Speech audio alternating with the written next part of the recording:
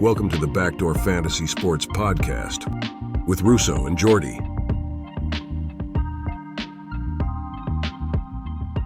What's up, guys? It is Tuesday, August 6th, and we are 30 days away from NFL football. We're very excited. We've got our QB rankings together. This is kind of like a redraft for 2024. We'll talk about dynasty implications, but this is essentially just our favorite, quarterbacks ranked for the 2024 season. Before we get started, if you're new to the channel, make sure you subscribe, hit the notification bell, give us a like if you don't mind. And we're going to get into some news. Not a whole lot of news that we're going to be breaking down, but we were going to talk. I just wanted to bring up the fact that Tyreek Hill got paid $65 million. It's more of like a restructure. He didn't get an extension or anything like that. But I just wanted to bounce it off Jordy because he's a huge Cowboys fan, and we can't figure out why CeeDee Lamb has not been paid yet. But yeah, I think it's a little weird. I think a lot of it is going to be someone. I think someone's going to walk, and I think it's going to be Dak after this year, honestly. I think what will probably happen is they're going to pay Lamb, and they're going to pay Micah Parsons. Yeah, and I think they'll probably let Dak just play out the last year on his contract, and he'll probably either they'll pay him after that or he's going to end up walking. Either way, I just want Lamb and Parsons to get paid. I think Dak's been great for the organization, but I think, there's going to be a lot of options when it comes to quarterbacks next year. There's going to be a lot of free agent deals coming up. I think a lot of people will get extensions like we've been seeing. You see a lot of teams kind of wrapping up these contracts now, like Lawrence and Tua got paid as well. But I think Tyreek's payment I think he's always going to stay there. I think he just needs some extra money for all these kids he's having. Yeah. I thought it was pretty cool, though, that it's Tyreek has just proven to be so special with his talent, like leaving Kansas City, going over to the Dolphins and not skipping a beat, looking incredible still. And I mean, as time has gone on, for me personally, I'm like, okay, like I'm realizing even more how rare his talent actually is. Really incredible. But yeah, I mean, they just basically were like, hey, here's a little extra money for you, just to show him a little love. And I'm like, I was just thinking about that. I'm like, dude, the Cowboys should have just gotten Lamb's deal done a while ago, because now these other guys are getting little fat paydays, and it's gonna just make the situation a little bit more. I would be a little bit more frustrated if I was Lamb.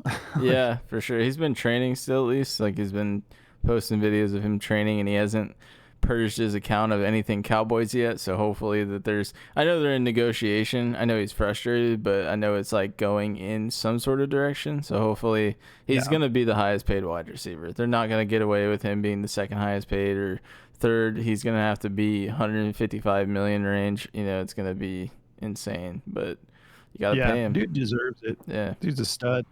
So let's talk a little bit about Brandon Ayuk. There's a rumor, yesterday that I dropped into our Dynasty League chat. You've been updating me on my guy. Yeah, I can't help it. Like, we all kind of do it, but I have so much fun in our Dynasty chat dropping news on players I don't own. Mind you, this dude creates fake news. He'll make these fake PNGs where it's like he got traded to this team and it's not even true. I have made fake PNGs before, memes and stuff. I even found a website that makes fake Twitter posts in the past, and I was just having a blast. I love trolling people. But in this case, though, I saw a report that Brandon Ayuk, that the deal was done. He was going to the Steelers. And then I go to the account. It's not a parody account. And it got me all hyped up. I just went and threw it in because I was like, that's not where you want Brandon Ayuk to go. And so I drop it in the chat, and then we're all talking, and then before I know it, I'm like, maybe I should check and see if any other sources are saying this. And turns out I don't think it was true, because no one's announced it yet. But I mean, you got the talks of a trade happening. I'm still, I'm not sure that the 49ers don't just entertain the deals, and then end up saying, okay, so this is what a contract looks like based off of what other people are willing to pay. And then I don't know why the 49ers wouldn't just pay Brandon Ayuk and make another swing, in their window, towards the Super Bowl. But it seems like the more realistic. I mean, the Steelers are on the table for sure. But then you've got the Browns and the Patriots.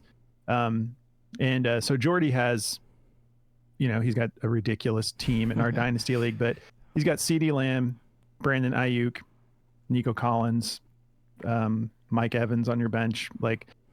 Meanwhile, I don't really have any wide receiver ones, but I'm just curious, what would be your favorite landing spot if he doesn't stay a 49er? Yeah, ideally, I'd like him to just stay. But I think, honestly, I would much rather him go to the Patriots over the Browns and the Steelers for sure. I don't think Deshaun Watson looks very sketchy right now, and consistency-wise, I just don't see it. And he's injured all year. And honestly, it just looked like he didn't even really want to play. The way he played when he was out there, he just looked really lazy and, kind of blamed everyone else for his problems.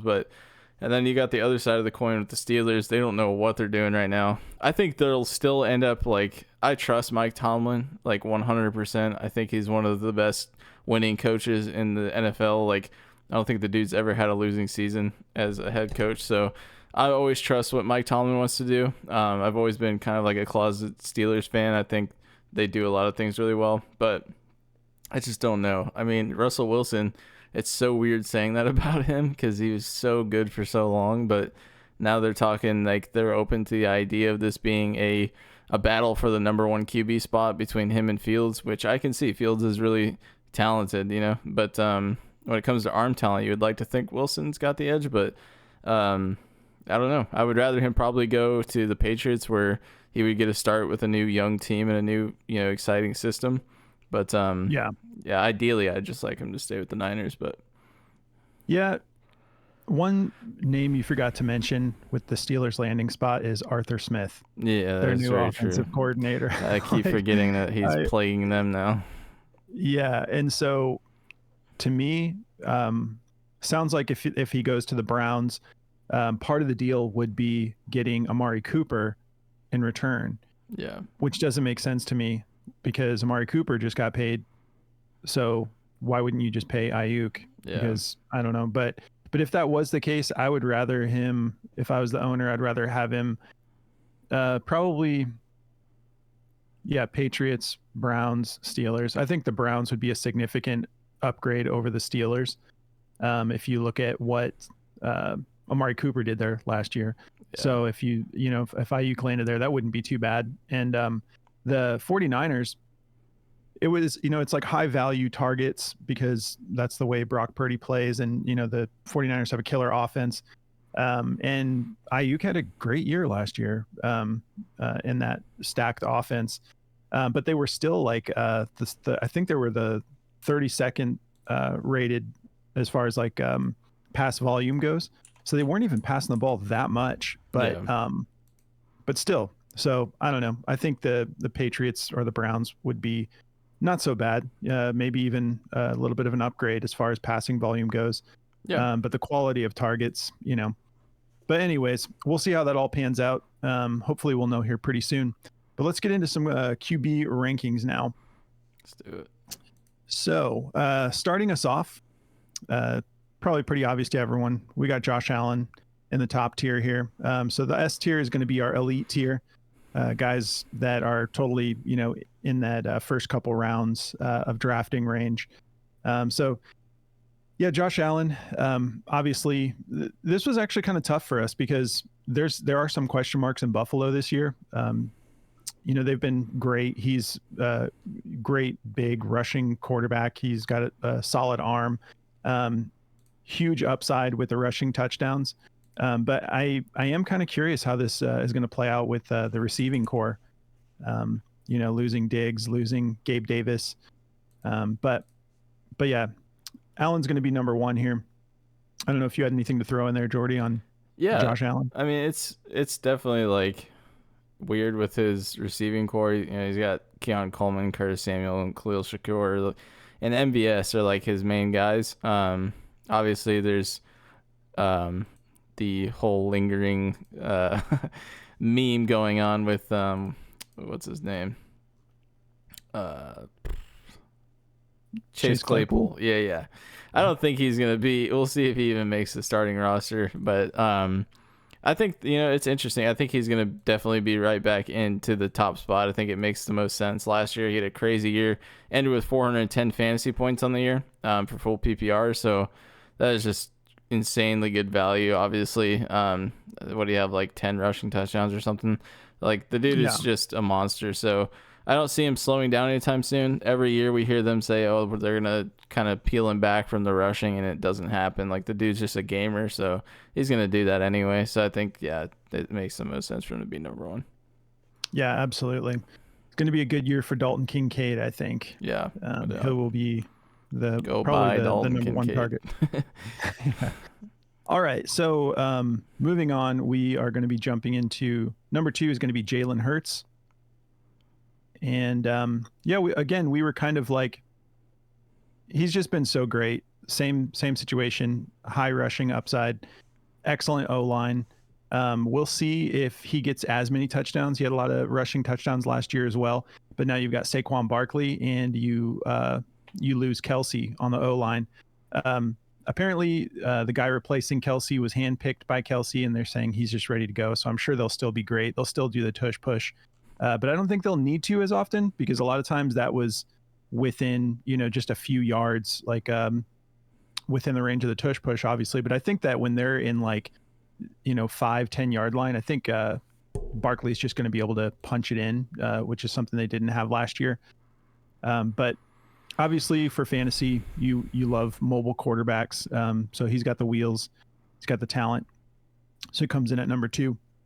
Yeah. Anything on him? Yeah, I mean, he's just great. 26 years old. His 24th in strength of schedule this year. So he's definitely got like a little bit of a tough schedule, but I don't think it's going to matter. They've shown that they're probably going to be the division champs. I'm saying that as a Cowboy fan. I think their future is really bright, and they've got a lot of their contract stuff situated and figured out right now. So they're in kind of like win now mode, especially acquiring Saquon. So I think you're going to see everybody on that team really step it up and kind of make that push for a Super Bowl this year. So I think they're definitely going to be playing their butts off, and I think he makes the most sense to be number 2. Yeah, that's going to be a nasty RPO with Saquon, because what do? You can't not assume Saquon's going to be getting the ball, you know. So, all right. So next up, we've got Lamar Jackson, and we're actually higher on Lamar than it seems like some of the other analysts are. Just the absolute insane rushing upside. Now he's got a nasty RPO with Derrick Henry. I think Lamar, when you're talking about someone who could go for 1,000 rushing yards, not saying that that's what he's going to do, but if he did, people would be like, oh, Lamar hit 1,000 rushing yards. The king of rushing quarterbacks. So we got him in here at number 3. Yeah. I mean, he's still so young too. It's crazy. 27 years old. The dude, had a pretty good year for coming back from that back end of the year, missing a lot of the last year before that. So he came back and had a nice full season. He has some streaky games. That's the thing with Lamar, is that he'll give you 4 or 5 games where it's well, what's going on here? But I think, honestly, a lot of the things they addressed in the offseason is just going to help his situation and not being so streaky. Now they've got a great run game. Derrick Henry is a great pass catcher. We saw that last year, so I think they're going to get him involved. They've already been talking about getting him more passes this year and seeing what he can do. So you talk about RPO. That RPO is going to be insanely disgusting. They beefed up their O-line too, so hopefully that looks a little bit different, and they can give him some more time so he doesn't have to run as much. And we'll see what his arm capabilities are this year. So I'm excited. I'm the proud owner of Lamar Jackson, so I'm very thrilled on his situation. I think it makes the most sense, and the reason we've got him over the next guy is just because of that insane rushing upside. He was, like Russo was saying, he could easily go for 1,000 rushing yards. So last year, ending the year, he had 338 fantasy points. So he killed it last year.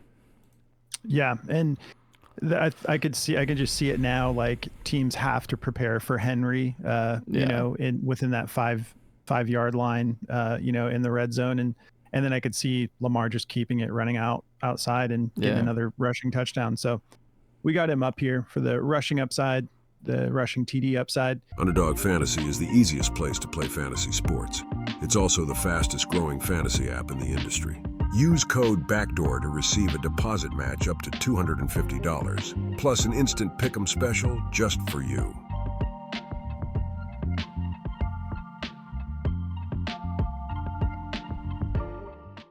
All right, next up, we've got Patrick Mahomes. We expect Patrick to have a better season this year. He's got way more talent in the receiving core. The only thing that, like, first of all, we think that his draft cost is just way too high. And especially, like in our startup, he went 106, which when you look at the actual output, like, yeah, he can run when he needs to, but he's not necessarily just like a mobile, rushing quarterback, which is what you're looking for in fantasy. But also a little bit of concern is just them potentially getting up in games. They've got a solid defense, and then they could just run the clock in the second half. But we'll see. He does have way more talent on the receiving core this year, so that could turn into just way more output, more touchdowns. When you have guys like McCole Hardman last year, just dropping these dimes that he's setting up, even in important games. I think that you have a way better core this year. So we'll see how things work out with the Rashee Rice situation, but he was solid, big yards after catch receiver. But now you've got Xavier Worthy, you've got Hollywood Brown. So he's got insane weapons. And of course, Travis Kelce. So we think he's great, but it's just people spend so much money for Patrick Mahomes in drafts. It's like they take him so early. Yeah. I mean, that was kind of the whole point, is like we were talking before, and it's like Mahomes, if he puts up a year like he did in 22 where he was the number one fantasy quarterback and he put up 428 points, of course you're gonna be like, oh, it paid off. And that's the upside you get with taking him. But like in our league, he did go 106, and then you got Josh Allen in our dynasty startup going 206. I'd just rather take Josh Allen in the second round if that's where he's gonna be. It probably looks a little bit different now in a dynasty startup draft. Josh Allen probably goes higher, I don't know. But Allen was the number one quarterback last year, and he's just been doing that since really 2020. I mean, 2020 he was number one, 2021 he was number one, 22 number two, 23 number one. The dude is obviously very, very consistent. He had 15 rushing touchdowns last year, so it's like that's why Josh Allen's just like, I feel like it becomes interchangeable with like Hurts, Lamar, Patrick Mahomes. I think they all kind of share that ceiling when it comes to like what they're going to give you fantasy points wise, but it's like Josh Allen's upside is just, that's why he's number one. But yeah, I think Patrick Mahomes is just going a little too high. I think his wide receiver situation is obviously much better. Their wide receiver situation was terrible last year with MVS and Hardman dropping all those passes. So they're definitely going to be in a good situation now. They got Marquise Brown as well. That's another name that people are forgetting is on that team, that he's just such a stud. So I think Mahomes is probably going to have a better year, but you also got Pacheco. And in 22, when Mahomes was the number one quarterback, Pacheco really wasn't involved yet. And they had Clyde Edwards-Helaire just kind of stinking up the place. So now they have a solid rushing game and a good defense. So, yeah, I mean, Mahomes definitely deserves to be S tier, but it's just a little high priced. Yeah, absolutely. All right, so starting off our A tier, we've got Anthony Richardson. Now, Anthony Richardson, like, the upside is incredible. Like, I would rather wait and get Richardson later than take Pat Mahomes as early as he's going. But we know the upside is incredible, but we have such a small sample size from last year since he got injured so quickly. So, you've got this massive beast of a man who can run a 4.4. And it's just very exciting. He looked like a better passer than people were anticipating coming into the league. Great coach, solid O-line. So feeling really good about him. And if we had a larger sample size that we could go off of, maybe he would be up in the S tier, because for fantasy, he's just got insane upside. But he's starting off our A tier for us instead. Yeah, I mean, this dude is so exciting. I've just been hyping this guy up so much. Russo owns him in our Dynasty League, and I'm so jealous. The dude is just such a baller, man. It looks just like young Cam Newton to me. Like, but more exciting, I think, because he's just more talented. I mean, that's the thing too, is a lot of these guys coming out of college now are just more talented because the systems are more advanced and they're in better shape. And like the dude is already 244 pounds at 22 years old, you know, and he's 6'5", like just a monster of a dude. He's even said recently that he's not going to stop running the ball. He's like, I want to impose my will on people. So that's what you want to hear from a guy like that going into a dynasty year. Super excited for him and everything he's got going. Obviously, Michael Pittman. I am like a Michael Pittman truther. I think the dude's just had a very unfortunate situation. When he had like somewhat solid quarterback play, he did really well. And Michael Pittman was a beast in college. So, you know, I know they got like, what's his name, Donnie Mitchell or whatever, and Josh Downs. So they got a great receiving core too. I think they're young and talented. Michael Pittman's a big up top guy, so I think it's gonna work out for him. The dude is just, he like passes the eye test. I was a lot higher on him. I was like, I would take him over Jalen Hurts, and Russo had to kind of calm me down a little bit. Sometimes I get a little Skip Bayless over here, but I love the dude. I think he's amazing, and I think it's I'm buying into the hype for sure. So. Yeah, and that's the thing. Like I'm not drafting any of these top 4 unless maybe Lamar falls to me. I don't think I honestly, I'm not like, I have all the respect in the world for Patrick Mahomes, but for the type of dynasty or redraft builds that I do, it just never makes sense for me to get Pat unless he really falls. But I would rather wait on those guys and get AR as well. Yeah. And so I'm with you there. I was just thinking for the actual rankings though, we need to see it, you know. Yeah. We need to see him stay healthy. And if he stays healthy, I think we will see it. So we're super high on AR. Next up, we got CJ Stroud, who is incredible, had such an incredible rookie season. I do think that he's a little overhyped personally. I think that I wouldn't be surprised if there's a little bit of a regression this year. I believe in the talent. I also think it was just like sort of a Cinderella story, you know, and they played so well. But I do think that part of it was like him not going number 1 overall and then putting up a year like that was incredible. So I think the hype is just insane for CJ Stroud this year. So I think he belongs here right after AR. But he's also not, you know, he's a pocket passer guy. There's no rushing upside. So I'm a little bit lower. I think that, you know, his year was actually pretty similar to Jordan Love's year. But it was just like this rookie coming in, not being drafted number 1 overall, and then putting up an incredible season. So I'm a believer, but I don't know. And he's got more weapons this year, you know, so he deserves to be here for sure. I just think the hype is a little bit insane on him right now. Yeah, I kind of agree with you. I think Jordan Love is definitely being undervalued. Jordan Love ended as the number 5 quarterback and had about 40 more points than CJ Stroud. And Baker Mayfield actually had a better year statistically than CJ Stroud as well. So there's a lot of things. I think, honestly, he played really well. I think he had to overperform to make up for the lack of running back play too. And I think they kind of solved that with bringing in Mixon. So I think it's going to take a lot of pressure off him to just give it to a veteran and watch him run up the field with it. So I can see a regression coming too. And I can see just nothing too crazy. I think he'll still be in the high 200 fantasy point range, maybe 300 at the end of the year. But we'll see. I think they've definitely got a lot of momentum, but let's just hope the hype doesn't, you know, fall on top of his head here. Yeah, and it's kind of like Patrick Mahomes. Like these guys are, you know, if you want someone just with a solid floor that you can pretty much count on week to week to just not bust, like then, yeah, CJ Stroud's going to be great. I don't think he's not going to be a bust. But as far as the high upside, you know, and maybe we're wrong. Maybe he does take a step forward. He's got Diggs now too. He's got so many weapons. So we do love him. We just think the hype's a little bit out of control right now. Yeah. Next up, we got Dak Prescott, who I think he gets so much trash from people. Like I think he's better than people give him credit for. And you know, when they went pass heavy mid-season last year, it was awesome. He was solid, and I think that's what we're going to see more of this year for like the whole season, between CeeDee Lamb, Jake Ferguson, and what's his name? Brandon Cooks, who's just like a touchdown machine. Dak also has the rushing upside too. He can scramble well. So I like Dak personally.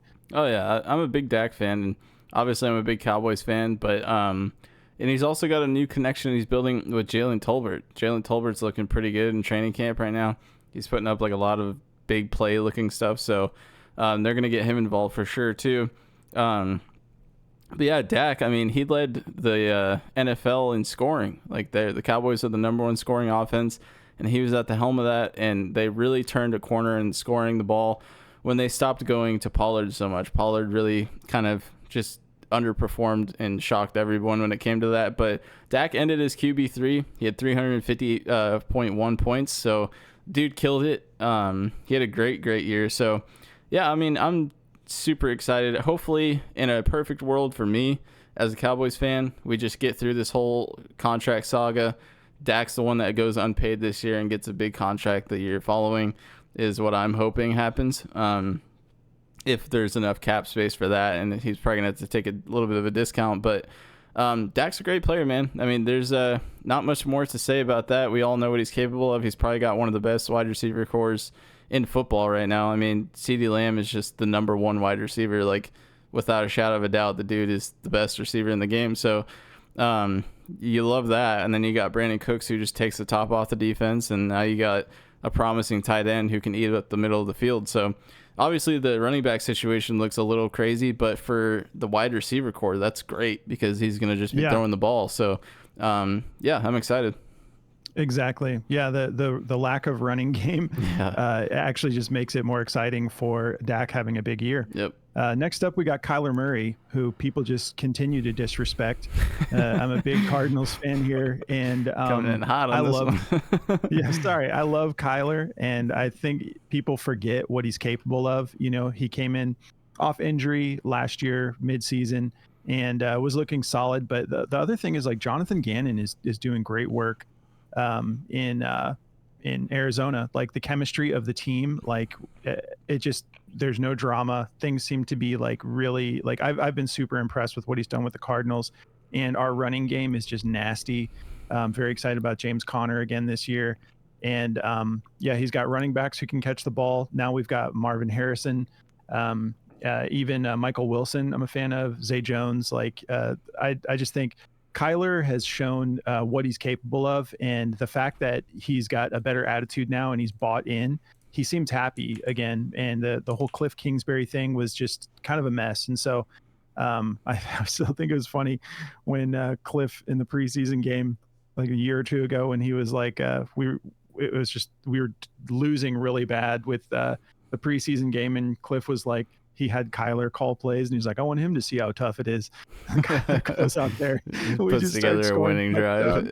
Yeah, just like touchdown after touchdown. It's like, oh, that kind of backfired. But I'm a huge Kyler fan. The dude's got such a good arm. Like, these quarterbacks that convert from baseball over to football or play both, they've just got a different zing on their throws, and he's got a beautiful deep ball. The dude is fast. I love this guy. And so I think people are sleeping on him. So this is one of the quarterbacks that I'm honestly in drafts right now. I'm waiting and I'm grabbing Kyler late because I think people are sleeping on him. So I'm really excited to have him here right behind Dak. Yeah, it's crazy because people talk about the height thing with Bryce Young, but Kyler does not struggle in that area at all. Like, the height never looks like an issue. Maybe stuff like shallow crossing routes is like a problem for him to see, but the dude is just so good when he's out there. He's got a great system too. I mean, they're talking about Trey Benson like he's going to be the next, David Johnson. So hopefully that situation pans out for them. I know Trey Benson's got amazing hands, so the dude's got weapons all around him. I think the situation is awesome for him. So yeah. Trey McBride. I didn't even mention Trey McBride. It's Trey McBride too. It's just stacked, and so I think people are sleeping on the Cardinals. I think they're going to be much better this year. Next up, we got Jordan Love, who, again, we think he belongs right up here with all of these guys. The Jordan Love and Kyler are quarterbacks that I'm very happy getting other valuable players at different positions in drafts and waiting and grabbing. I think people are sleeping on Jordan Love. He had such a good year last year. Just got paid fat. And he's got an excellent offense, a great coach. He's got weapons all around him, much like Kyler, and he's got really good instincts. Like we saw that last year. Like he's very competent. He was behind Rodgers for all those years and stayed patient, learned from Rodgers, and he looks amazing out there. So I'm super high on Jordan Love. Yeah, I can't even believe people are ranking Burrow above Love. I mean, to me, like Burrow's wide receiver situation is better, but the talent just looks like astronomically different to me. I think Jordan Love's decision making is impeccable. I think he's a winner too. That's the main thing. Is like the dude is going to win you games in the long term, and he probably learned that from Rodgers. But my dad, who's a lifelong Packers fan, is thrilled to have Jordan Love in the helm now. The Packers just keep getting blessed with the next guy up. So I think Jordan Love is just like he passes the eye test, and I do not want to have to see the Cowboys play him anytime soon.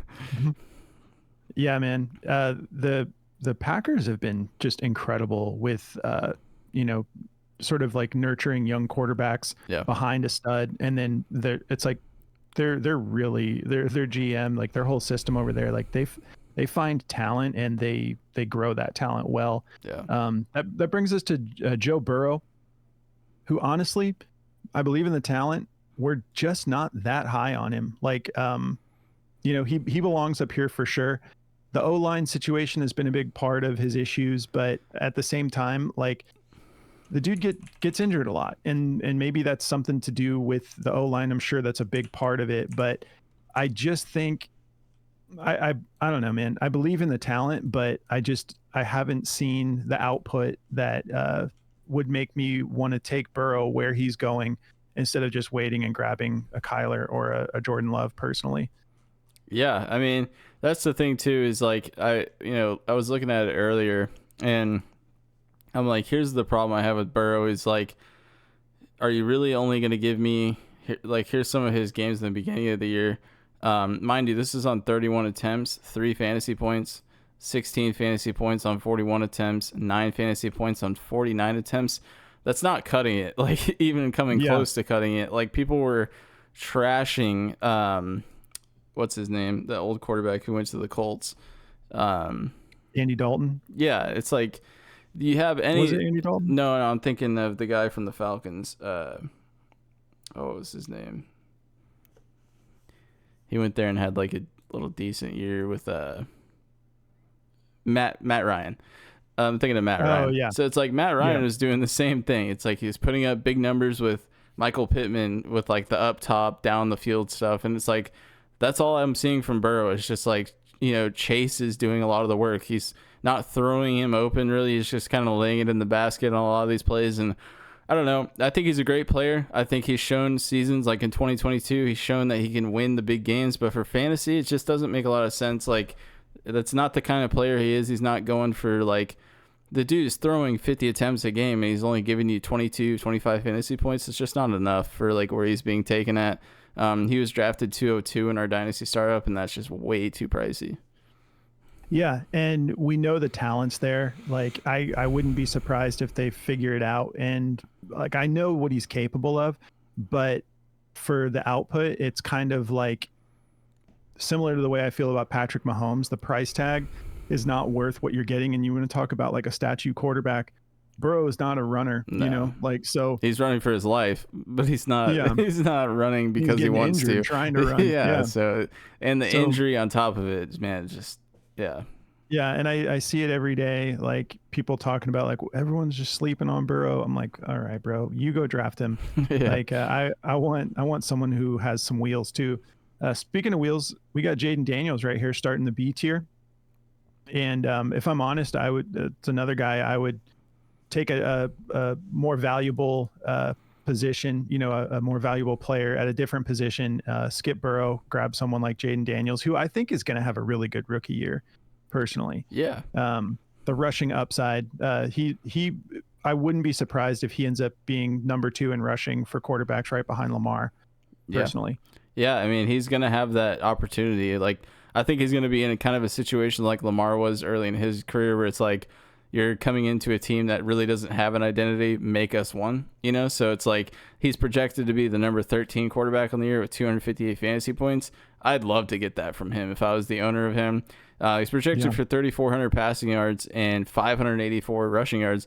That's kind of hard to say. We'll see. But, I mean, if he's giving you 500 rushing yards and 3,000 passing yards, dude, I'm all in. It's like that is what you want out of a rookie value, and that's only going to get better. Stuff like that ages well. I thought he was an undersized quarterback until we were just talking about it, and that dude is big. So he's just slender. So that's the thing. It's like he kind of looks smaller than he actually is. So, yeah. He's 6'4", yeah. Yeah, so the dude is big, and he's, I think he's like 210 pounds, though, so he's a little bit of a skinnier back, but they'll put weight on him. He'll probably be 225 by the next year. So I think that's amazing. I think Jayden McDaniels has got a really awesome situation ahead of him. So, yeah. Or Jayden Daniels. Sorry, I said McDaniels. Yeah, Jayden Daniels. And, I talked a little bit of trash about Cliff Kingsbury, but Cliff was there when Kyler broke out. And Cliff is great with mobile quarterbacks, you know, and he's a fast-paced coordinator, which he's the coordinator in Washington now. And so there's going to be a lot of plays, a lot of volume. They're talking about a lot of no huddle. So they're going to let him use his wheels. And I'm excited. I think that this is a really good value you can get later in drafts as far as QBs go. For sure. All right. Who we got next? Okay, so now we got Mr. Consistent here, Brock Purdy, who, again, is just a solid floor for you. Doesn't really even take a whole lot of passing attempts, but he's got elite weapons surrounding him, great decision maker, and his attempts are high value. Like the dude goes through his reads so smooth. I love his situation, his story. I hope he gets a fat payday as well eventually. But yeah, like especially where he's going, like that's when I can get more into like, yeah, I'll take a Brock Purdy, later in drafts, who's just going to be, he's not, I mean, he's actually deceivingly fast when he does run. He just doesn't run that much, but just super efficient, he's going to get you a bunch of touchdowns. But yeah, I like Brock Purdy. Yeah, he put up 300 fantasy points last year, so that's super consistent. The dude averaged 19.2 fantasy points a game, so very, very consistent. I mean, that's what you want. Like, you're giving me, like way less value. I would take Brock Purdy over Joe like any day of the week personally, because it's just there's a difference in my opinion. There's a difference in talent and decision making. Obviously, I think he's in a way better team. Obviously, I think everyone knows that, but there's so many weapons around, especially if they can hang on to Ayuk. But even if not, like, there's going to be guys that are just going to step right into that spot for Ayuk. Like, Dwan Jennings is a super underrated wide receiver. The dude has got great hands, and he's super, super fast. You're going to have Debo and Christian McCaffrey, so it's like Kittle. Yeah, Kittle. It's like he's got so many options. And I think if Ayuk goes, Kittle's value is going to skyrocket in that system. Yeah, so. and that rookie that they just got to, Paschal. Oh, yeah. I think. Yeah. He might be able to just jump right into full-time, snaps if Ayuk does get moved. Yeah. That might be part of the reason why they're like not just jumping to signing Ayuk. But I still think that their best bet for a Super Bowl is just keep Ayuk. But yeah, we like Brock Purdy, just solid pocket passer who can run when he needs to. Insane offense, and just a really great coach. Kyle Shanahan, just awesome. So, all right. Next up, we have Jared Goff, who is in the most perfect system for the type of quarterback he is. They love him out there. He just got another fat contract. He's got the best O-line in the league. They just know how to use this offense, like probably the best play calling in the game. And their offense that puts up a lot of points. So I like Jared Goff. A lot of these quarterbacks that are going later, man, there's a lot of value to be had this year. Even in dynasty situations, like I took Jared Goff in dynasty. I took him way later on, but the dude was awesome for me. I used him in a trade to get CeeDee Lamb, believe that or not. So and Dak. Wasn't Dak in that deal too? I traded 2 first-round picks and Jared Goff for CeeDee Lamb and Dak Prescott.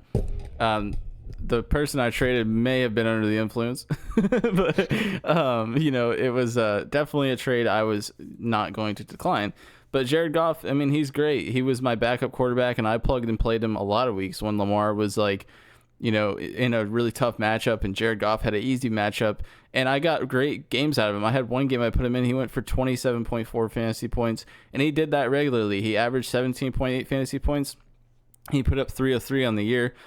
So, I mean, the dude, obviously he's got amazing wide receiving targets around him. There's some guys who haven't even like fully been unlocked yet in that system, I think you could say. Like Jameson Williams, we all know what Jameson Williams did in college. Like, that dude could really be an incredible weapon if they can just learn how to use him right. But obviously you got Amon-Ra, who's just like, in my opinion, top 3 when it comes to production. Like, the dude is just so incredible. Like, talk about hands and consistency. I don't think that dude dropped more than 10 balls last year, so insane. Yeah, and then you got Sam Laporta. Yeah. And God. And you have Jahmyr Gibbs, who's an excellent pass catcher. Yeah. But this is like Jared Goff's a fun situation because you rarely see a perfect fit for a team, but like he's just as perfect for their offense as that offense is for him. As weird as that sounds, but you know what I'm trying to say? Like, and the players went to bat for him coming into the draft. Like they were talking like they were going to go buy a quarterback in the draft, and all the players were like, they came out and said they're like, the only player that matters in this draft is Jared Goff. So it was like they wanted him. Love it. Yeah, they wanted him. So they're all in on Goff. And Dan Campbell, just what a coach, man. He's got the chemistry. Like, we love that guy. Like, he's great. Just got the chemistry on lock there.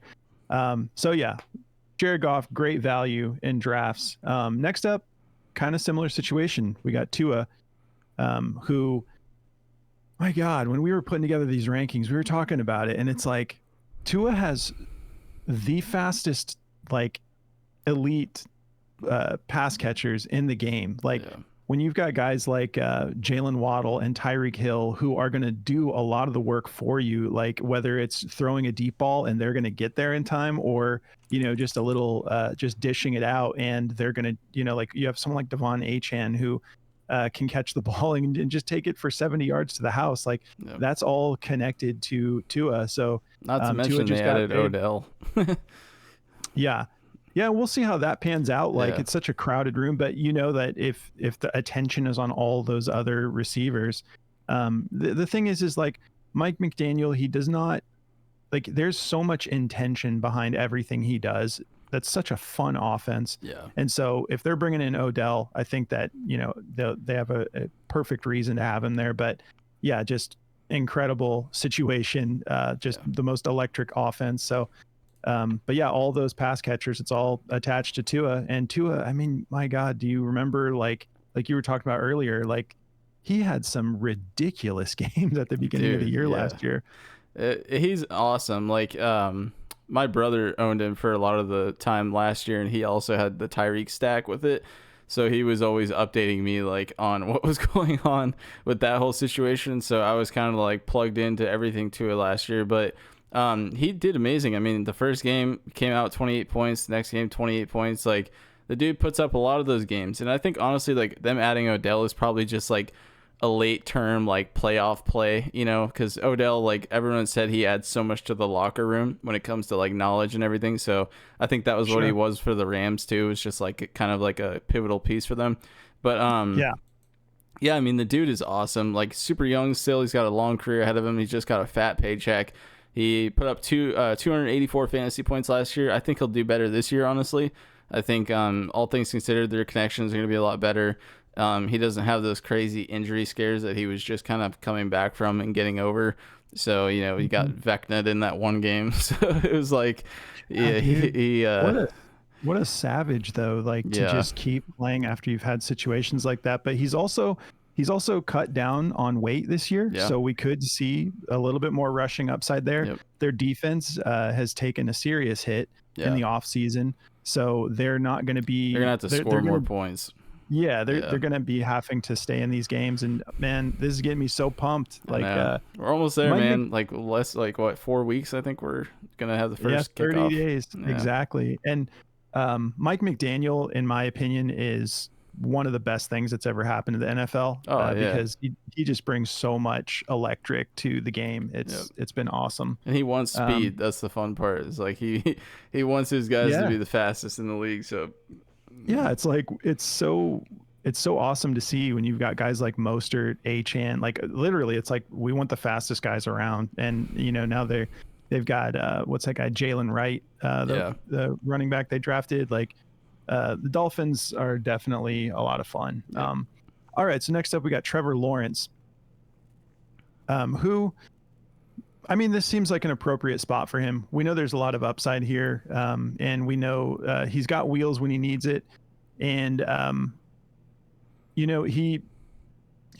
injury concern is definitely there, in my opinion. But I mean, the talk is that he's supposed to break out this year. That's what I'm hearing a lot. So we'll see how that works out, but very competent, and again, like, I don't even think we've really seen him unlocked with his rushing upside. So hopefully the injury situation, I don't think he's currently dealing with anything, but it does seem a little fragile. Like, so we don't want him to get hurt out there, but he's very fast, another tall quarterback. He's competent. So I think this is the right spot for him. Yeah. Right here behind Tua. Yeah, I totally agree. He was coming off of a lot of drama in the first season with the whole Urban Meyer thing. Being an Ohio State fan, that was really, really weird to see. Urban Meyer's is out there kicking the kickers, but it's it's a weird situation. I think that honestly put him in a really weird spot, because after that, people were like, okay, we'll let you have that excuse to see what you got this year.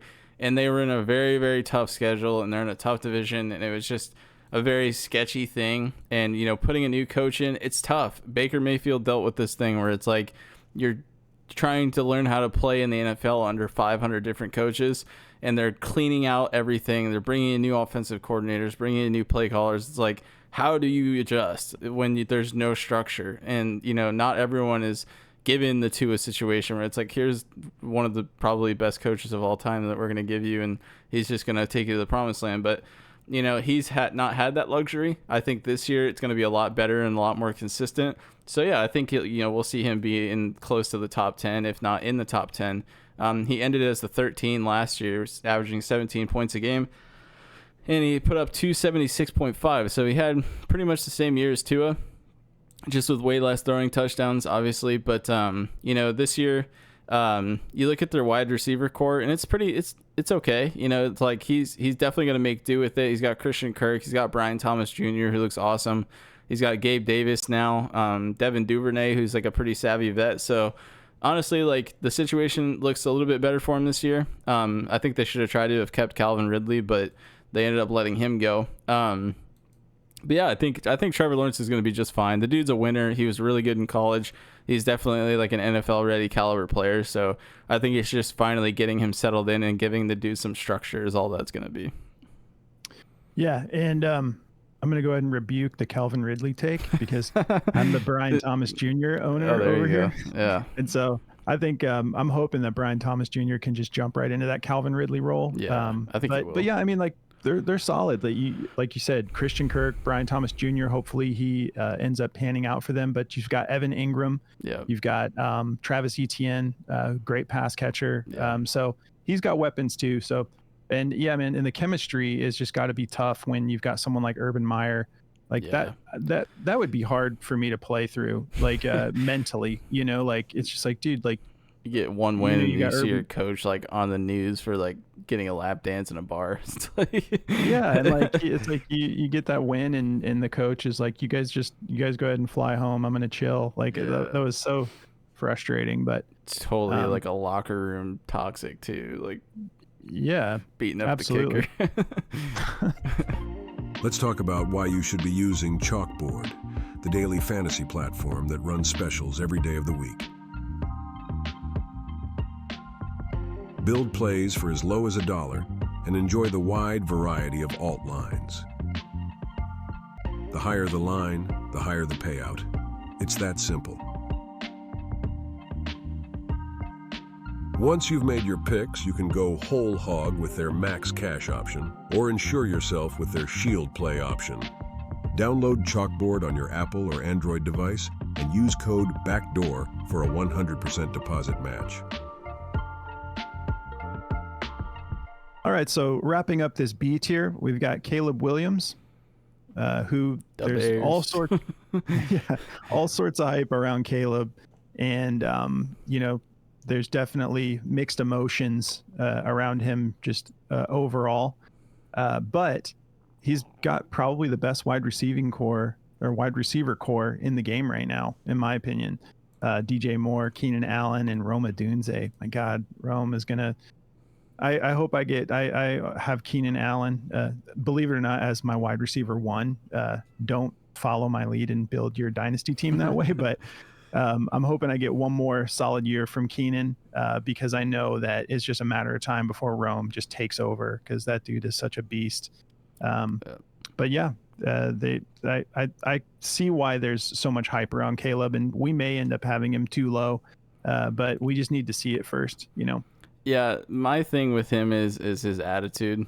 I know there's probably a lot of USC fans I'm going to make mad with this take, but the dude is kind of a big crybaby. Like, literally cried to his mom after losing a game. But they, he just is always complaining. It's always not good enough. It's always someone else's fault.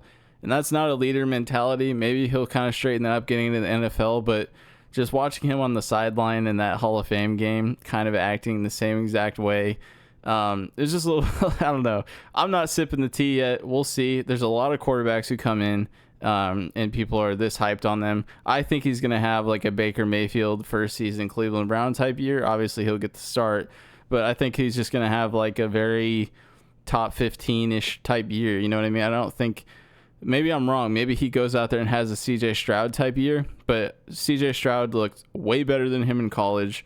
He, had way less talent in college, so I'm just not sipping the tea yet. Maybe I'm wrong. The dude has every opportunity to be amazing this year. His wide receiver core is, Mike Clay's projection is that they're the number 6 ranked receiving core. He's got Seattle at number 3, though. I think they're better than that. I think they're probably better than Seattle at this point, but it's just he's got a great situation. They've got a brand new team, brand new start. It's going to be like a whole new organization. So hopefully he just thrives. That's what you can hope for if you sip into that and you buy him or late or early, wherever he's going in drafts right now. But I think he'll do okay. Yeah, and I agree with you. Like, nothing but love for everybody being themselves. But like his personality is a little bit off-putting. Like that shot of him and Rome Odunze like touching their feet together in that picture. I don't know if you saw that, but I was like, don't know what's going on there, but Rome just looked like he didn't want to do it, but he's like, all right, I'll do it. Like, yeah. But dude, I hope he comes out and balls out, because it would be a lot of fun to have the Bears be like a super relevant team this year. So yeah, we want better players out there for fantasy. It makes it more fun. So we'll see how that plays out, but we need to see it first. So starting our seats here, we have Aaron Rodgers, who could end up having a monster year. Like, it's all going to be a question about his health. It's just a little bit concerning, but they went and they strengthened their O-line. But my God, the Jets have just been like, when you see what like Garrett Wilson and these guys have been doing with these just like terrible quarterbacks, like the idea of just a healthy Rodgers, like could literally be like a Super Bowl for them if he can stay healthy the whole year. So super pumped. Jordy has always hated Rodgers as a human, but I love Rodgers. I think the weirdness and the ayahuasca and all that stuff and the darkness retreats, like I just love it. So. I've come around to it. Honestly, like he kind of, to me, was a big diva, and he is a diva, but like a lot of his antics just drove me nuts. I was like always just hearing the wrong thing, and then he was always beating my Cowboys, so it just never went hand in hand for me. I always had to have a little bit of haterade in my system for Aaron Rodgers. But there's no denying the dude's talent. You can hate him all you want, but the dude is a legend. He's amazing. Yeah. There's just no one like him, man. I mean, his deep ball is just second to none. It's right where it needs to be every time. So adding in Garrett Wilson, this is what we were ready for last year, and the dude snapped his ankle on the first play of the game. So It's just unfortunate. I think he'll be fine. There's a little bit of concern. Like, I've seen a lot of videos of him just like rubbing his Achilles and stuff. I'm sure it's sore, but he is old. So him and Kirk Cousins are both kind of in that same basket this year. It's like, how are these old dudes going to come back from this injury, and how are they going to look? I think Rodgers will probably look a little bit better. We'll see. But that's why we've got him where we got him. Yeah. And the thing about Rodgers, like he's, like I think back to like he's by far the king of the free play. Like the way he draws defenses offsides, it's like incredible to watch. And I'm gushing over Rodgers a little bit because I am a big fan, but I think that his decision making, his reads, like he makes, like when you think of some of the players that he has made into superstars, that no one saw coming, like he can do a lot with a mediocre set of receivers, and now he's got Garrett Wilson, like Breece Hall. Like I just can't wait, man. The Jets are going to be fun to watch. I just really hope him and Kirk Cousins, I just really hope that they are totally good to go, don't have any injury situations, because I want to see these guys take these teams to the next level. He literally had Devontae Adams second guessing himself in that recent wide receiver series. I don't know if you've seen that, but I haven't watched it yet. He was basically just saying, like, going from Rodgers to what he dealt with last year was like, he's like, it makes me wonder why I left type thing. But yeah, it was his decision. Speaking of Devontae, though, like that's a player who in his first year, he wasn't like a huge crazy prospect coming out of college. Like, and then think about what he turned into. And that's because when you've got a guy that is just dropping it like in the perfect spot for you, like, anyways, I'm super excited. And, we talked about Kirk, and that's who we have up next, right behind Rodgers. Both kicking off the C tier here. We just really hope that there's no injury, re-injury situation here, because I'm really excited to see what Kirk is going to be able to do for Atlanta. It was a frustrating year last year for Atlanta, and then just like they could not find a competent quarterback to save their lives. And I really hope that he's going to like let us see what Drake London's really capable of, and Kyle Pitts. Like I think, man, Kyle Pitts, I think it could be nasty. I think he could end up having an insane year. And then obviously as the Bijan owner, like I just want to see the offense really open up. And Bijan still did okay last year for rookie year, but we know what he's capable of. So I'm really excited that they went and got Kirk. Yeah. And, I think one person that we accidentally left off this list is Bo Nix. I think Bo Nix. That wasn't an accident, but I like Bo Nix too. But I think it's going to be interesting. I think Bo Nix I think if I were to put him anywhere, it would probably be in the D tier though, just because he's got the most question marks. But anyway, going on to Kirk Cousins. I mean, obviously we know what Kirk is capable of, man. Kirk Cousins, the dude is an absolute stud when he's healthy. It's that he's just got that like consistency thing about him, man. Like he's the pocket passer I want if I'm going to play a guy like that who doesn't have a lot of rushing upside. I want a guy who's going to give me 3 or 4 touchdowns a game when it comes to passing the ball, and that's what he's capable of. Obviously, he has those weird blunder games where he'll throw you a couple interceptions, but he always gets it back on track. It always seems like the games that they need to win that he does that, and then it's just like every other game he's lighting you up. So that's kind of the situation. Obviously he's going into an amazing situation. He's got talent everywhere. He went from having like just one guy who was, JJ, who was just like the most unbelievable. Yeah. I mean, yeah, Addison too. But he's going into a situation now where he could put the ball anywhere to any guy, and it's going to be potentially a scoring situation. Hopefully we finally see Kyle Pitts and Drake London get unlocked. I don't think Bijan's going to have to worry about anything. I think that dude's going to just, go nuts. But I think this receiving core is finally going to get unlocked. If he's healthy and plays like he's always played, I think that's going to be a crazy team. Yeah, absolutely, man. Just really hope he can stay healthy, because it's very exciting. And yeah, I mean, like, when you just think about when he was healthy, like the Vikings looked great, he's done that for several teams. Yeah. So excited for him. And it is a little bit tough though to think of what could have been with the draft situation when they got Michael Penix so early. Yeah. If they would have went and got another one of those stud receivers and gave him one more, elite weapon, that would have been exciting. But I think he's going to do great. So it's really with him and Rodgers, it's just a question of health. Yeah. And speaking of health, it breaks our heart to have Justin Herbert down here in the C tier, but the concerns are just real. The dude just tends to stay injured, and it really sucks because he's a really cool guy, very, very talented. But now you've got Jim Harbaugh, Greg Roman, going to be a run heavy offense. And this injury with Justin Herbert, we were almost going to talk about it at the beginning of the show. We figured we'll just talk about it when we get to him. But, they're saying he's week to week right now. But from what I've heard about this particular injury, it's something that can last your whole lifetime. Yeah. It could end up being a lingering thing that goes on through the season. But the problem is they say the pain with this particular injury, I'm not going to try to pronounce it, but they say when you put weight on that foot, it's excruciating pain. Yeah, it's plantar's foot is technically like what it is, but there's a technical term for it, but it's plantar's foot. Yeah. Okay, yeah. So it sucks. It sucks to see. It's a terrible injury.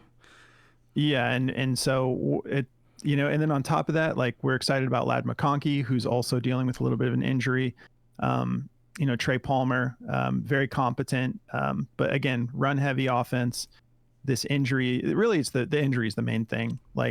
If he was totally healthy, he would be way higher, in my opinion. If you're talking about, he's got deceiving speed as well when he does scramble. But if you're talking about just a pocket passer that you want, I love Justin Herbert, but the injuries are just too scary for what that could turn into.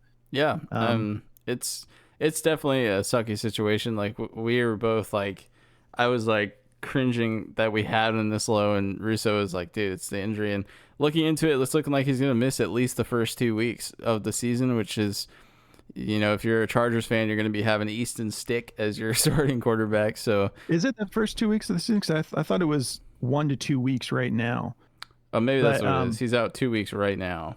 And it's week to week, but I think that I don't want to bet against him, but this is something that could re-aggravate anytime this year.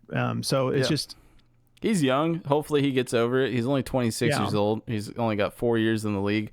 He just got a big payday too. So, hopefully it's something that they can get him worked through. And, plantar's foot is really, really terrible.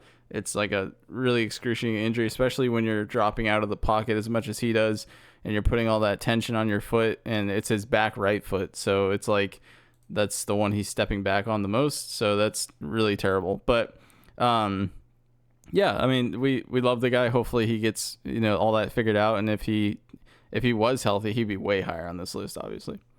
Yeah, absolutely. And we'll keep monitoring it. We'll update our rankings. If it seems like in a couple of weeks he's just good to go, then great. That's what we're hoping for. And also he's a beast. He plays through injuries. He's someone who will do that, which I have much respect for, because from the sounds of it, I would be so distracted by the pain if I was dealing with something like that. But all right, so next up we got Matt Stafford. We'll see. I think Stafford is super competent in the sense of someone you can get very late, who can put up really good numbers for you, be very consistent. For me, we'll see how this injury works out with Puka Nacua. I'm hearing mixed reports, which is really unfortunate. But when they were healthy, they really turned things up. I think they were the number 2 on the back half of the year. They were maybe the number 2 rated offense in the league. So we know what Sean McVay is capable of with scheming up just a killer offense. And he knows how to use his pieces perfectly. Look at what Puka did in his rookie year. You've got Cooper Kupp, who seems healthy. All the reports are that he's just good to go. So I heard on a podcast the other day, I heard these guys talking about why Cooper Kupp is not a Hall of Famer. And maybe I just don't understand the criteria of becoming a Hall of Famer. But when I think of some of my favorite receivers of all time, Cooper Kupp's up there. Yeah. Like Triple King, man. It's not that Yeah, one year he just put up like, all 3 number 1 stats. It's like that's undeniable. And he's got a ring. So it's like, Yeah. if you're, you're someone who won a championship, someone who has been incredible. Like, again, let me know in the comments if I just don't understand the Hall of Fame voting. Maybe it's just way harder to get in than that. But I'm like, I don't know how you don't pay him some honors at some point. Yeah. After he's done. It'll probably take him a while to get in. If he keeps having a super insane career, he'll definitely get in. But, first ballot is probably like what's in question or whatever. But yeah, the Hall of Fame voting is really weird. There's a lot of people in the past who have deserved to get in and haven't. But, Stafford is awesome. He's always kind of floated around as like a top 15 fantasy quarterback. He's had a couple years where he's crept into like the top 10, but honestly, if you're just looking for like a solid, I would say like maybe a number 2 quarterback for your team. You don't really want to be in a situation where you have to start Matthew Stafford every week, but if you are, he's going to definitely be consistent for you. He averaged let's see here. He averaged 17 fantasy points per game last year. He's got so many weapons around him now. So when you're just talking about a dude who's going to give you like 17 to 20 fantasy points per game, if you need to plug him in on a bye week or if you're in a really deep league and you have him, you're probably cool with keeping him. It's not a guy you're going to like make a blockbuster trade with, but he's got some value behind him if you're like trying to start him in on some flex weeks or whatever. Yeah, and just similar to the Dolphins, there's no Aaron Donald this year, which is going to be different. But their defense is like, that's a big deal when you no longer have Aaron Donald. So it's like they'll probably be in a situation where they do need to be a little bit crazier with their offense as well. So I like Stafford. All right, so starting our D tier, we've got Baker Mayfield. Obviously, this whole tier are guys that you're hopefully not having to have this be your QB1. I don't think I mentioned it, but that we're talking single quarterback leagues here. This isn't super flex, but Baker had a really solid year last year. But we'll have to just see how this plays out. Offensive coordinator change. With Canales, we've seen him do incredible things with like Geno Smith, and then, he goes over and all of a sudden Rachaad White looks great and Baker Mayfield has a killer year. I believe in Baker as far as instincts go, and he makes the game fun, and he finds a way to improve. So I hope the best for Baker. I do like him as a player, but we've got some question marks with the regime change here in Tampa. Yeah, I think Liam Cohen's going to do a good job. He was the coordinator for the Rams when Baker came there, and they did pretty well together. So hopefully that connection can kind of pick up, and they can kind of pick up where they left off with the Rams, because he did solid with the Rams. So yeah, he played great. That's true. It's a good point. Yeah, so it's not as terrible as a situation as it might sound. It could be. We don't know, and that's kind of why he's down here, because he ended as the number 10 quarterback on the year. He played. He had a better season than CJ Stroud, and he's got a lot of really talented weapons around him as well. Obviously, we saw a lot of pass catching coming from their back. I can't remember his name right now. It's totally Rachaad White. Rachaad White. So Rachaad White is, a Swiss Army knife. He's not the sharpest Swiss Army knife, but he's definitely there. And then you got one of the best deep ball catchers. Literally, he was the number 1 deep ball catcher in the league in Mike Evans. So he, the dude is not aging. So that's always nice when you got one of the most consistent deep ball catchers in the league. And that's what Baker likes to do, is the big plays. So he's a fun one to kind of have. I love, like, if I were to have Baker, I would love flexing him when I need to. But he's just one of those guys that's like, at least you're getting a guy who's out there trying his hardest. He doesn't make excuses. He's a gamer. So he's a fun one to watch, but to like be a starting quarterback at this point in his career, we'll just have to see how it plays out. But I think he's at least like a good stash. Yeah. Like in my situation, we mentioned earlier, I've got Anthony Richardson, and Baker is my backup sitting on my bench. So on bye weeks, I'm comfortable putting Baker in. I'm obviously like trying to scheme some ways where maybe I could trade, get like a little bit better of a quarterback as my backup in a trade. But But if something happens, where Anthony Richardson does go down for extended period of time, it could be worse than me having to plug in Baker every week. So um, relatively comfortable with that. And that brings us to our next player. We got Geno Smith here, who we're hoping takes a little bit of a step up this year with the new head coach, new offensive coordinator. Supposed to be a lot more pass heavy. So I'm hoping that that's the case because I also have Jackson, Smith, and Jigba. So I really want to see that receiving core go up. But yeah, I mean, like it's supposed to be more pass heavy and more plays per game, so a little bit higher volume. We know that Geno can run when he needs to. And as of now, like whatever he was dealing with his knee is no longer a concern. They say he's good to go.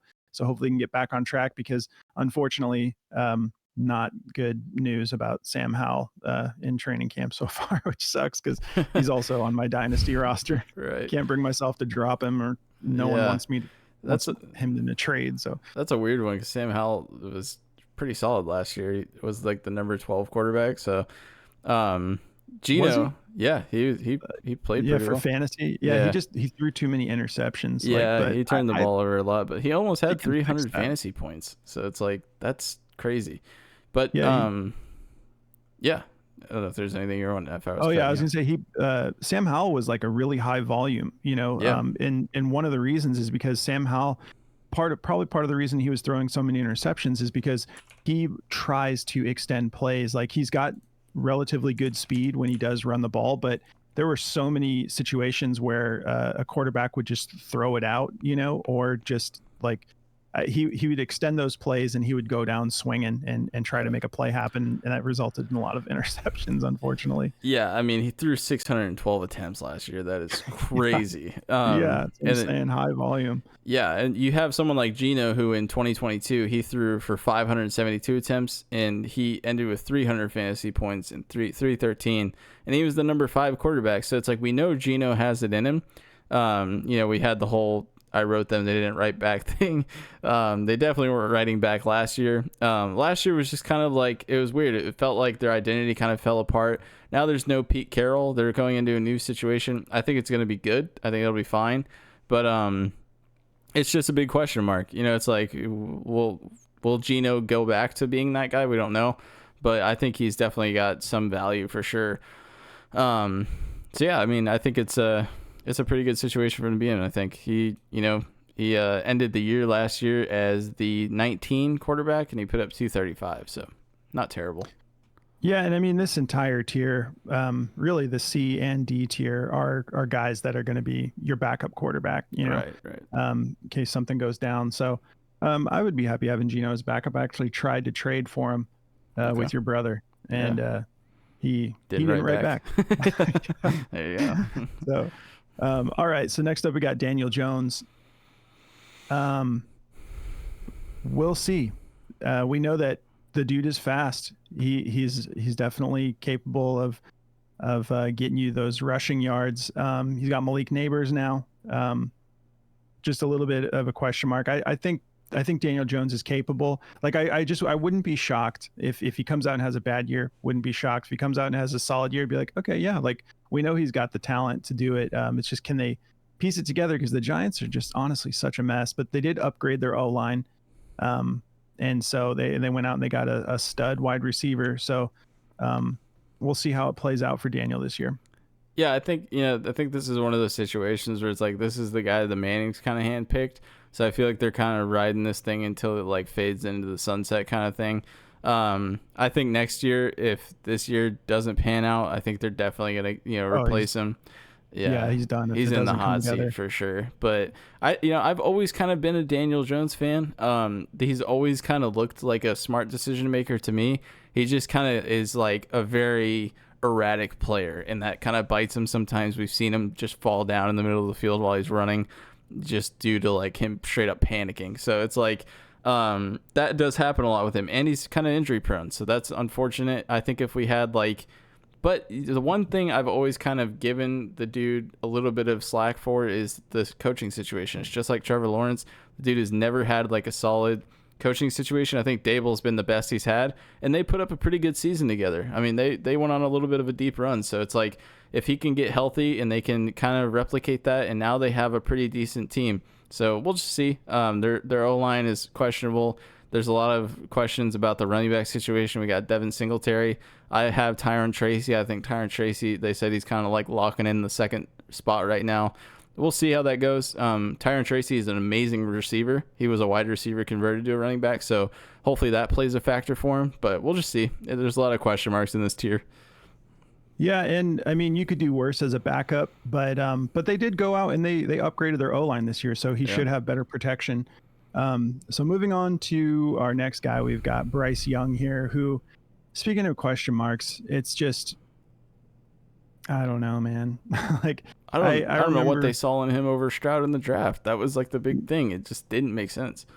Yeah, and I don't even remember. I forget the coach at the time, but I remember part of their beef was he wanted Stroud, and the GM went for Bryce Young instead. And I live out in North Carolina, so all of the local reporters were like hyped on Stroud, and then all of a sudden it was just like they're taking Bryce Young, and I was like, why? Like, but there is a little bit of hope here. You've got Canales coming in, and so. We saw what he did with Geno, and we saw what he did with Baker last year. So, they went out and got Deontay Johnson, and they've got Xavier Legette, who I think is dealing with a little bit of some sort of like mild injury, but I'm sure he'll be good to go.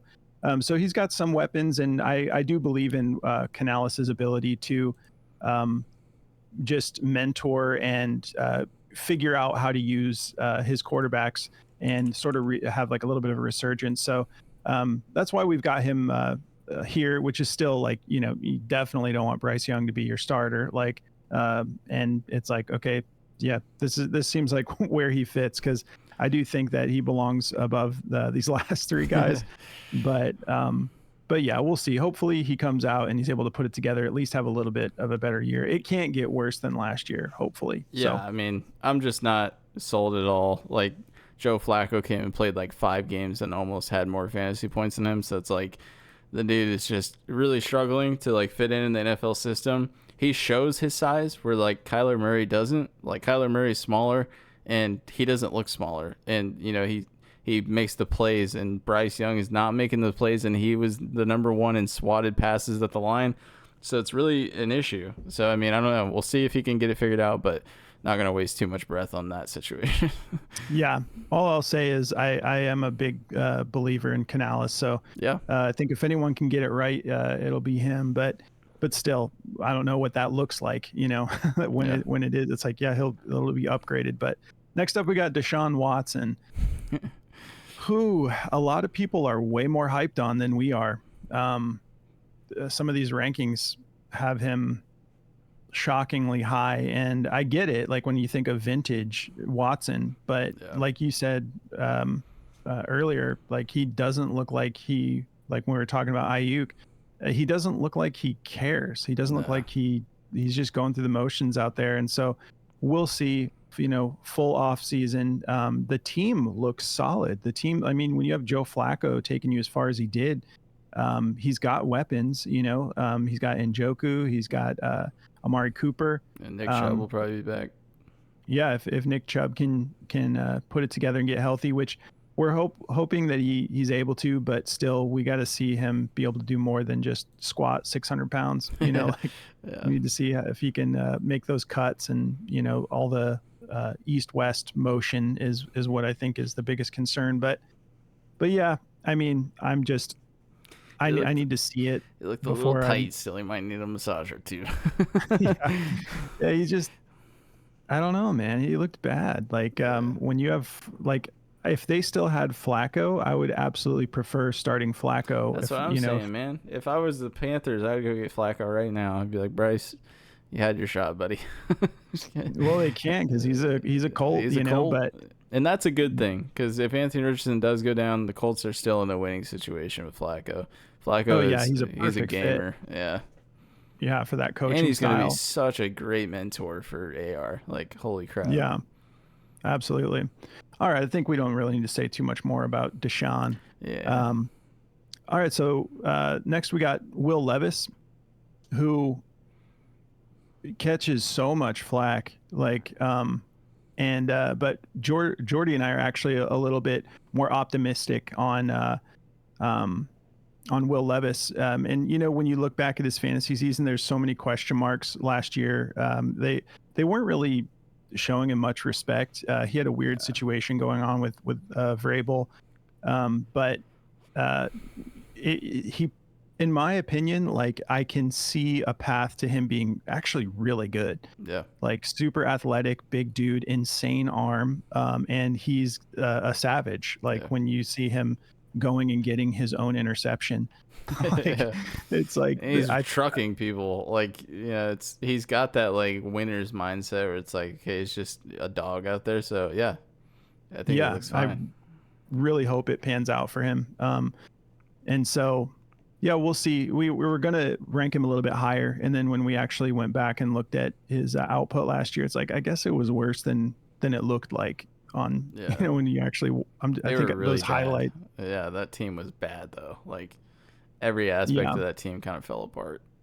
Yeah. And now you've got, no Derrick Henry. You've got DeAndre Hopkins out 4 to 6 weeks. And Hopkins is already, at really towards the very end of his career. Like, and so, Calvin Ridley, that's great. But then beyond that, you've got Treylon Burks, which I'm hoping turns into something. I don't want to hear that AJ Brown comparison anymore. I'm tired of hearing that. They're like, he's going to be the next AJ Brown. I'm like, no, he's not. Let's relax. Yeah. And then I forget his name, the dude who came over from the Bengals, Tyler Boyd. They have Gabe Davis too, no? No, Gabe Davis is he's a Jaguar. Oh, okay. That's right. But yeah, so we'll see. I think that the offensive style is going to cater to passing more, and more centered around the quarterback. It seems like they're at least trying to build around Levis. So I'm higher on his potential than I think a lot of people are. But yeah, we do need to see it. All right, so ending our D tier, we've got Derek Carr. Fitting. Yeah, not a whole lot to say about this, other than like, it could be worse for a backup. This is definitely not someone you're going to be starting, but the Saints, my God, it's just, they're not coming and marching in right now. No, it's a real mess out there, man. Yeah, it's sad for him. Like, I think the whole Raider thing kind of really messed with him. They, kind of poured the tea in his mouth that he was going to be there with Devontae Adams and it was going to be this big connection. And they kind of duped Devontae Adams too. He talked about that in the series, how they promised him he'd be there with his, best bud, and then they kind of shipped him out. So it's weird. Hopefully Derek Carr, can end out the rest of his career strong with the Saints. Hopefully, he can at least make like a playoff run at the very best and kind of put like a consistent season together. But if you're looking for a guy late and you're in a really bad situation quarterback wise and Derek Carr is available, he's always a guy who's going to try his hardest. So, he's a player, he's a gamer, he's always going to try. So he's one that I'm always comfortable flexing if I had to. Yeah, exactly. He's just a solid backup. Yeah. So, well, that wraps up our rankings. We appreciate you guys hanging out for as long as you did. If you waited all the way to Derek Carr, but I'm sure a lot of you tuned out by now. But thanks again for tuning in. If you guys don't mind giving us a like on the way out, we really appreciate it. Remember to subscribe and drop us some comments. Let us know if you think that any of these players should be in different tiers, and let us know why. So have a good one, guys. We'll catch you in the next video. See you guys. Thanks for watching this episode of the Backdoor Fantasy Sports Podcast. Don't forget to like, subscribe, and drop us a comment. You can also find us on all platforms at Backdoor FS.